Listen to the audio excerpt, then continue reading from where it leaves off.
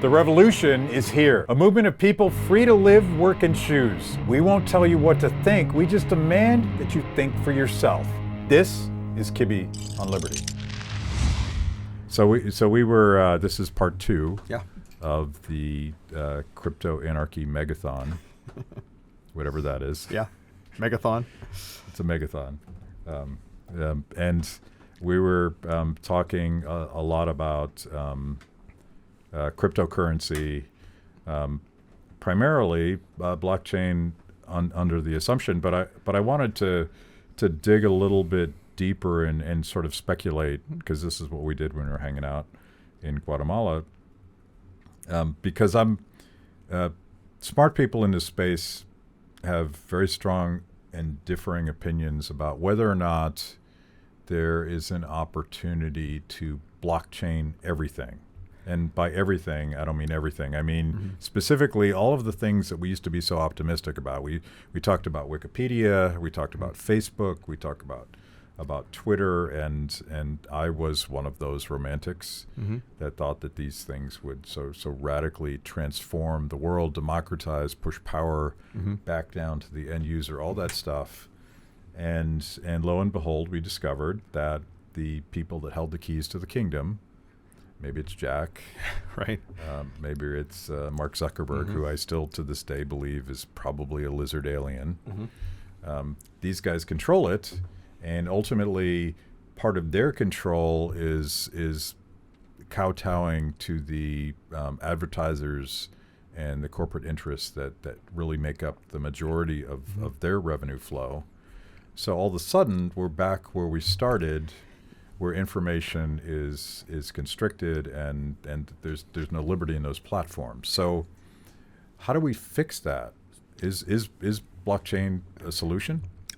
Yes, so you mentioned how they fight these things, and living through the 90s as a open source freedom fighter, back in the day, we fought Microsoft. Basically, Microsoft was the big bad bully. That was the enemy number one back then. Like now it's Facebook and Twitter and these guys that control the communications. But back then it was like the operating system wars of Linux, the open source darling of the internet, that was powered by people connected all over the world, all contributing to this. If you get a chance, go look up the Super Bowl commercial for Linux back in like 2000 or 1999. It's really cool. It's a really inspiring video. We'll link that in the comments, as they say on all this. This is not. I know this is not the one where they throw the hammer in the. That was Apple. That was Apple in like '84. That was way back. No, this is one where it's a really cool video. It's worth watching. But anyway, what we did was we fought what was called fear, uncertainty, and doubt (FUD), and it's a common tactic. It's kind of a lazy tactic, but it's effective at slowing down the competition. Like the people who really understand how these things work. I mean, we're talking about like the eggheads at the Fed, the eggheads on Wall Street, the Bank of England. All these different, the writing's on the wall. Like they've lost. This war has already been won. I mean, we know that. And now it's just a matter of like saving face and like how do we slow this thing down so we can have an exit strategy, or how do we stretch this? The Gittins been getting, or the Gittings have been pretty good for the last 70 years or so for these people. So like if they can just stretch this out another 5 years into last year's their twilight years, it'd be great. But we know how these things we know how to fight these wars. You just keep your head down and you keep building. You keep developing, you keep building, you keep stay on message, and I think that's where we're going. So like I said, the war has already been won. We're just letting it play out now. We're just cat's out of the bag. Well, it's fascinating. So my whole theory about this, and I refuse to give up my optimism that I had 10 years ago when I was talking about this romantic age where knowledge was completely democratized and the emperor would be permanently stripped of their clothes, and then we had the backlash where they're playing a game of whack-a-mole where they want to stop us no matter what, and their tactics get more vitriolic and more desperate as we go along. And in the process, we're in this, like, we call it the culture war, but it's like we're discovering that we're not all the same, and some of us want to live life differently than other people. But I feel like we're in the middle of a paradigm shift away from top-down structures that used to tell us what to do, what to think, how to act, to a radically democratized world where nobody gets to tell anybody else what to do. Yeah. And we don't actually quite understand the institutions that hold that world together yet. And so I lean on Hayek, as I always do. Here's Hayek, drinking. Because, of course, Hayek talked about the way that institutions evolve naturally just by people going through the process trying to figure out what to do. Mm-hmm. And so, like, it wasn't a government saying you can't kill people, you can't drive on the left side of the road, or depending on which country you're in, the other side. It was people just practically realizing, you know what, if we establish these rules and we start following these rules, we're going to get to a place where fewer people hurt people or take their stuff. Mm-hmm. Yeah, so... That wasn't a question. I don't know. There was a lot there. No, but I picked some things out. There was a good talking point. So if you go back, man, I really like making these analogies. I think taking people back to, like, talking about the internet and Web 2.0, because we just lived through it. It's the most, probably the biggest part of our lives these days, social media, and then how we distribute media, how we communicate. If you go back, now that the dust has settled, and we look back at this internet thing, right? And we ask, what was the, 30 years later, like, what was it really? What was the internet? What did it actually do, right? It wasn't, oh, I can like do online banking and I can order like crap off of Amazon and have it shipped next day. What did it solve? It solved the communications problem. That's what the internet did. It solved the communications problem. That was the fundamental piece. Everything else on top of it is kind of like, shades of gray after that. But it's like the internet solved the communications problem. So if here we are like I said, in the first or second inning of the blockchain of Bitcoin or whatever you want to call it, looking 20 years into the future in retrospect. So going forward to go backwards, what did blockchain solve? It solved the trust issue. And trust is a really, really big piece here, because right now the problem is we cannot trust Facebook. We can communicate all day long. I mean, I can set up a signal group and put a bunch of my friends in there. We can talk about whatever we want, right? But the thing is that Facebook has co-opted the user experience. They've got the critical mass. They've got everybody there. It's the feeding trough. And then once you have that, it's really hard. These network effects are really hard to dismantle. But if you look at the fundamental problem with Facebook, it's that there's a trust issue. We're trusting them. We put our trust into Twitter. We put our trust into these social networks, these centralized networks. So if you look at blockchain, you go 20 years in the future and look back, you're going to realize that blockchain solved the trust issue. There's no longer this ability to edit things or take things down or like DMCA things. Like all these are, even in my company, we talk about, people ask us, investors and lawyers usually ask us about intellectual property. Like, well, are you going to patent that? I was like, it's open source, bro. And they're like, yeah, but like, you got to protect yourself. I'm like, no, like, if you're fully into blockchain like I am, you live in a post-IP world. I mean, there's like these massive paradigm shifts. I mean, like there's these thought exercises, and geez, I mean, I hate to say thought crimes, but like, you start realizing that like a government is just an organization like any other. It's just an organization of people. And then there's the quippy quote about, but they have a monopoly on violence. Mm-hmm. There's that piece. But really, you start looking at things much differently. And like, so in our vernacular, we don't say dollars anymore. We say government tokens.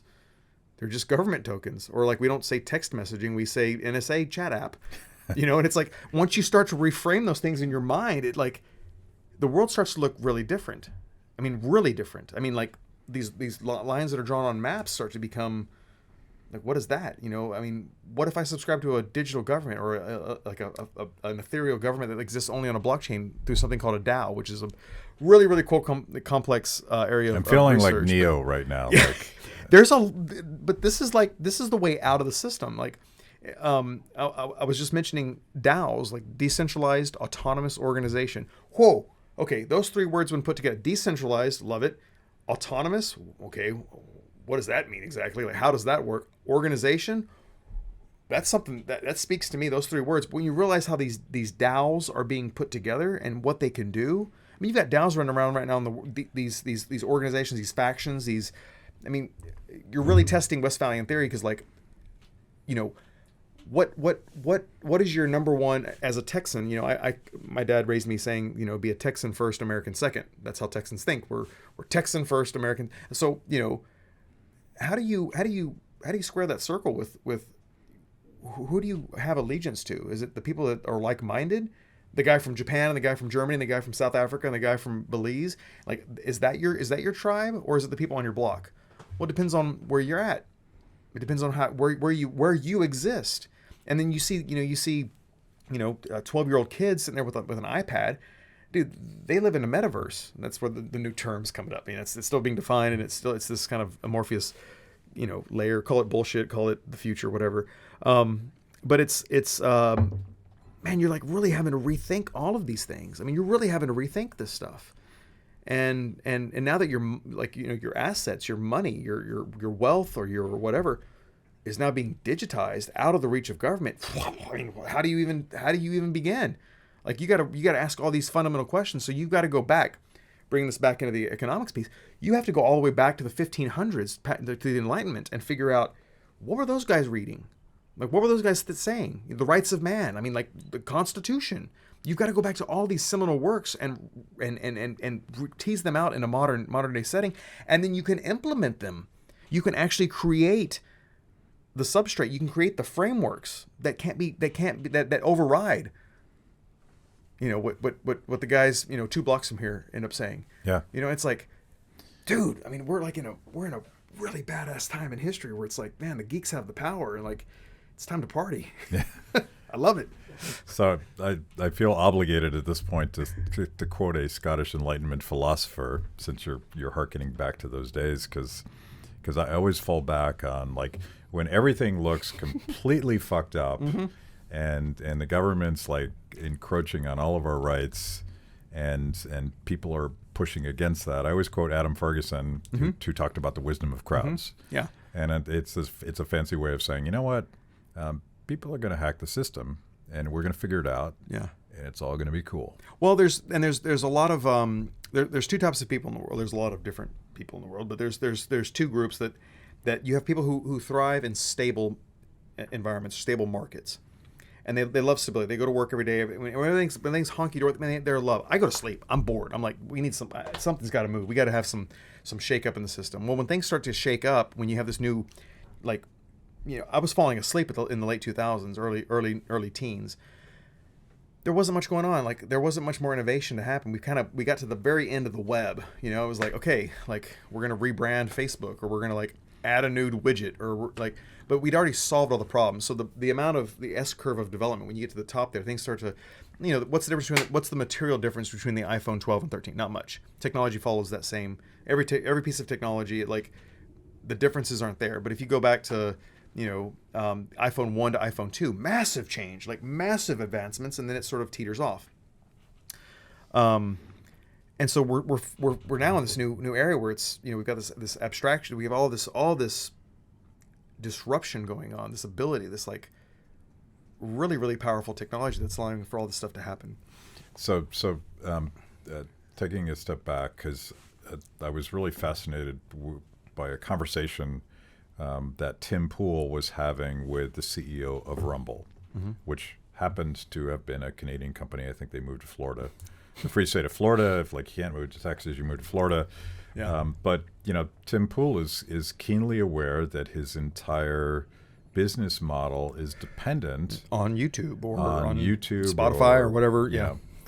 Fill in the blank, and, mm-hmm. and we've now seen, like, you know, how the mob goes after Spotify, like they did with Joe Rogan, and you know, the CEO of Rumble is promising, like, this is my project. I am not going to abandon the mission of free speech. And Tim's like, but you're gonna, if this gets as big as you say it's going to get, you're going to sell, and you're going to develop these relationships with corporations and advertisers. And by the way, one of the key advertisers happens to be the government. The government floods a lot of money in the system. Yeah. And Tim Pool's like, this is not a solution, yeah. even though You're helping. Right now, it looks like a super friendly place, but I remember when YouTube was a friendly free speech place. Yeah. When Google was "Don't be evil." Yeah. So it has to be something transformative. We'd have to get you on Tim Pool to assuage him of his fears, because I don't believe that the solution is a more friendly top-down system, and we're seeing all these things pop up where because then you get, I'm not going to censor you, but I'm still in charge. Right. Well, you get Fox News. Yeah. You get the other side that just does the same damn thing, and so it's a tricky battle mentally, right? Because you have your own allegiances, you have your own beliefs, and we went through a whole summer of love 2 years ago where we had riots everywhere, and we had all this stuff going on, and it made me think about the truckers, right? So I'm like sitting here going, should people be able to fund the BLM riots? Oh man, that's a tough, like, I don't particularly identify with the BLM movement. I mean, there's parts of it that I agree with, but and then I look at the truckers and I'm like, it's really difficult. It makes you think about these things, and it tests you to make sure you're hardened to make those decisions. Like, we just go to Rumble. Well, then Rumble's silencing the people who are two in the middle. They haven't passed the sniff test, so they aren't going to get access to our viewership. Yeah, that's a really difficult piece there. And if you're a purist, if you really believe in what you're saying, you got to have a common. I think everybody should have a voice. Everybody. Yeah. And that's the whole thing about I may not agree with what you say, but I fight like hell to make sure you have the ability to say it or whatever, in some terms. That's a really important piece there. So where do you land? This technology, blockchain, and these decentralized technologies are going to bring that in. Yeah. It's still 1993, and you're asking me if we can watch movies in the car. We're not there yet. It'll come, but just like there's a lot of work that has to be done on the technical side before we get to like the higher levels of this stuff. But see, I'm an absolutist on these things. I would call myself a radical Democrat. Mm-hmm. I actually believe that everyone should have a voice. Mm-hmm. I absolutely don't believe that 50+1% of the people that happen to show up in an election get to dictate the lives of everybody else. Mm-hmm. But to me, that's not democracy. That's tyranny. That's mob rule. Yeah. Yeah, it's mob rule. It's something bad. Yeah. And I'm also a free speech absolutist, which gets back to this question of a new set of institutions and rules, if you will. Yeah. That will govern this radically democratized society. We don't know how exactly that's going to work. Mm-hmm. We're going to have to figure it out together. But I think that those of us that believe in liberty and personal responsibility and the rights of people to do what they want as long as they don't hurt people or take their stuff. Right. This is our world. Like mm-hmm. we should not be afraid of this. Right. Because we know from human history that people have a way of figuring things out and establishing rules. This is where the whole classical liberal mm-hmm. Framework came from. Yeah. It wasn't planned. Right. It wasn't dictated. A king didn't do this. A benevolent dictator didn't do it. Just folks did it. Yeah. And so like we should be like embracing this movement. Like this is our moment to shine. So if you go back and you look at how the Americans fought the redcoats, the British, right? The British wanted to line up in these straight lines. They wanted to. I mean, this is common knowledge. I mean, this is sort of American history 101. But what did we do? Right? We decided, no, we're gonna hit them at night. We're gonna hit them from the trees. We're gonna jump out. We're gonna ambush them. Right? We're not gonna line up in a field with their nice weapons. We're gonna use our muskets that haven't been used in 2 years or rusty, and we don't know how to. We don't have uniforms. Right? We don't know what the hell we're doing. We're fighting for freedom here. So what do we had to do? We had to get crafty. Well, the same thing can be said today, right? So there was this whole thing about where the Americans, like, when word got back to England and the king or queen, I don't remember which one it was. I'm a couple of Zaccapas in, but they were, they said, wait, they want to do what? They want to govern themselves? It was George, what? Right? King George? Yeah, King George. Yeah. And he was like, Brad, fact check this. Like, they want to do what? They want to govern themselves? Like, what kind of crazy idea is that? Fast forward to 2011, and all of a sudden the Fed gets this thing that says they figured out a way to make their own money. They want to control their own money? Well, that's preposterous. How could we ever let that happen? right? It's this dude. Like, there's so many parallels. Yeah. Speaking of Queens, like, the moment that I knew we were on the right track was the day that Hillary Clinton tweeted out something that was so hostile to cryptocurrency that I said, okay, this is the path forward. Yeah. That's all I need to know. I don't know anything, but this is the path forward. There's a saying in the crypto community that if the U.S. bans it, buy it. If China bans it, buy more. Yeah. Yeah. And it goes the same way. It's like, oh, really? You don't like that? I mean, God, is there anything more American than like, oh, your government doesn't like it, do it more? I mean, a red-blooded American. I mean, not someone who cowers and like, govern me more, daddy. I mean, I'm talking about, that kind of thing. It's like... So, practical questions, and maybe you're working on these things, maybe you're not, and maybe you don't want to talk about what you are working on, but the practical questions for people that hate the fact that Twitter can cancel you. But Twitter's a really important thing. And going back to an earlier point, like, I don't want to go down a ghetto where I only get to speak to this tribe or that tribe. And that's echo chamber, yeah. That's where we're headed right now. Like, you kind of have to be woke to be allowed to speak your mind on YouTube now. Or you could go to Rumble and you could be not woke. Right.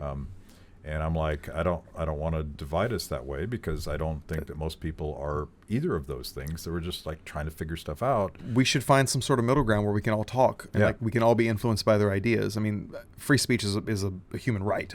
Yeah. I mean, it really is. So it just so happens, like, you look at Dave Chappelle or Joe Rogan and maybe a handful of other sort of guys that just so command a massive audience that they're effectively uncancelable. Because if Spotify unplugs Joe Rogan, they probably kill themselves in the same process. Yeah. But the rest of us, I'm not Joe Rogan. I'm not Dave Chappelle. Under the radar. They can unplug me tomorrow. Yeah. So the question is, like, how do the rest of us get to that space where we can talk to all the audiences, we can say what's on our minds, we can make mistakes, we can potentially say things that offend people. Is blockchain going to solve that problem? In the long run, yeah, we're still years away from that. That's not like in 6 months there's a new. I mean, there's going to be a lot of people who try to build that platform on blockchain. It's going to be too early. We're still, when I say years, I mean more than one. Could be 2, could be 5, could be. I would be surprised if it's further out than 5.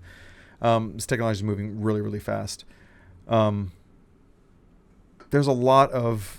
Right now, we're just trying to get the nuts and bolts together, like with the infrastructure, like trying to build these things and build it for scale. Then we'll worry about getting on the next billion users out there. There's a lot of work, a lot of engineering, hardcore engineering work to be done. I mean, what Bitcoin gave us 12 years ago is a good start. I mean, it was the precipice, but we've got a long way to go on the technology side. But it's happening very fast. That's the fun part. So in crypto, like, we talk about something like back in September, like that's like 4 years ago in crypto time. Like September was like, I mean, I can't even remember back then. Things have changed so much. Everything, you go back to this interview right here or this conversation in like 3 months from now, and I'll be like, I was so off base. I had no idea what I was talking about. Everything's changed. Like I don't stand by any of that. I mean, things just move so quickly. We'll put a warning at the bottom of the episode. Yeah, put like the date. Like, yeah. So I'm thinking about peaceful protests, and I want to go back to the Canadian truckers and sort of wrap up in there. But back in the day, and infamously, the head of the FBI was Hoover, the head of the FBI. Help me. Who? Yeah. Okay. Yeah. And there was this clandestine effort to go after MLK for being the. Allegedly, although it's more complicated than that, but he was the titular head of the civil rights movement, and the government wanted to shut him down. So they specifically targeted him, and actually, they recorded him and tried to get him to commit suicide, because they figured if they could cut off the head of the movement, they could destroy that. Justin Trudeau is trying to do the same thing to the Canadian truckers, and we've mentioned this, but we haven't really gone through the pecking order and the way that he went after GoFundMe first, Well, actually, I guess they were GoFundMe was badgered into submission, perhaps. By the mob, maybe, yeah. Yeah, maybe, or maybe they wanted to do it anyway. Right. But either way, they're like completely destroying their own business model by saying, you know what, we just took all these donations, but we're not going to give them to the purpose you thought. They reappropriated. They didn't give it back. They said, we're going to give them to some, like, Truckers for Food or something like that. Yeah. And then people were eventually so pissed off, and they realized, oh, this destroys our business model. As I understand it, they've now committed to give the money back to the people that gave it, but they would never give it to the truckers themselves. And then there was this alternative crowdsourced thing, which I now forget the name of again. GoFund or... No, there's no go. It's fund. It's Give, Send Go. Give, Send, Go. So Give, Send, Go emerges as an alternative, and the head of Give, Send, Go, as I understand it, was a good guy. He was going to promote this, but then it got hacked because it's still like a centralized system. Yep. And then not only got hacked, but the donors that gave to Give, Send, Go to the now notorious and evil Canadian truckers were outed in the press. I was reading an article in the New York Times that was published 21 hours ago where they're doxing the people that had the audacity to give to the truckers. All the news that's fit for print. Yeah. So the short term, like, this is a problem today, and it looks like potentially the short-term solution is in fact going to be Bitcoin. It has to be. Yeah. Like, we have a giant exit sign over that, over the systems they're all the hurdles they're putting in front of us, you know, and we have this giant exit sign. We just need to wake up and be brave, go out there and figure out how to use it. It's early technology. It's dangerous. There's a lot of things, a lot of terms you won't recognize as a new user, but man, you got to learn. Like, this is where things are moving, and you know, folks like the truckers, like anybody, any group of people that want to have, you know, grassroots, you know, protests and stuff like this, you know, or just any sort of transaction, you know, the right to commerce, the right to support things, to move the pieces on the board. Like, I mean, that's a human right, isn't it? And for the government to come, for these all governments to be able to get in there and meddle in these things is like, dude, what are you doing? We got to figure out a way around, a sly roundabout way to get around this system, and we have it. And that was a Hayek quote, so we got to drink. Yeah, and there you go. Cheers. But I think, like, this could be the catalyst. Like, there's moments. If it's not, there's going to be another one in 6 months, or 3 months. Because the government's constantly. If there's one thing we can depend on, is that the government's going to overstep their bounds every 6 months. You know, and we're gonna. And it's a matter. It's that tipping point. Like, where's that hockey stick point? Yeah. Where does it? Is it easy enough? And the need is there. Once you cross that, you're done. Because now I just rewatched the Matrix trilogy, so I'm now obsessed with the metaphor of being red-pilled, and not in the political sense, but in the sense that when you're black-pilled, that's where it gets really bad. So I don't even know what that means. Like, you go look up, like, black pilling, and that's where you get. Because there's white pilling, there's black pilling. Yeah, black pilling gets real dark, real deep. Okay. Like, you just lose faith in humanity. He doesn't mean that, please. Yeah. But see, I was trying to end this whole freaking thing on an optimistic note. Yeah. Like, well, hey, look, money's getting to the truckers. They're going to figure out a way to get it done. We got enough tools out there. There's a lot of smart people out there that are supporting those guys and girls to on that mission. And there's enough technological and sort of what we call normie ways of getting things. You know, it's great you have a lot of Bitcoin, but I'm hungry. How do you get food? Well, there's ways to do that. And there's whole systems that are set up, and there's good people out there working towards these things. I just hope that those good people work on all you know, situations, whether they agree with it or not. I think that's the point here. That's what's beautiful about liberty, is that everybody gets it. That's the project. Yeah. And I'm out of whiskey, so we got to end. Whiskey. It's not even whiskey. This is rum. Forget it. All right, buddy. Yeah. See. Thanks for having me on. Can we edit that in post? Thanks for watching. If you enjoyed that show, make sure that you like and subscribe. Click the little bell so that you get notifications. And if you consume this via podcast, go wherever you want to go. We're everywhere. Kibbe on Liberty. The revolution starts now.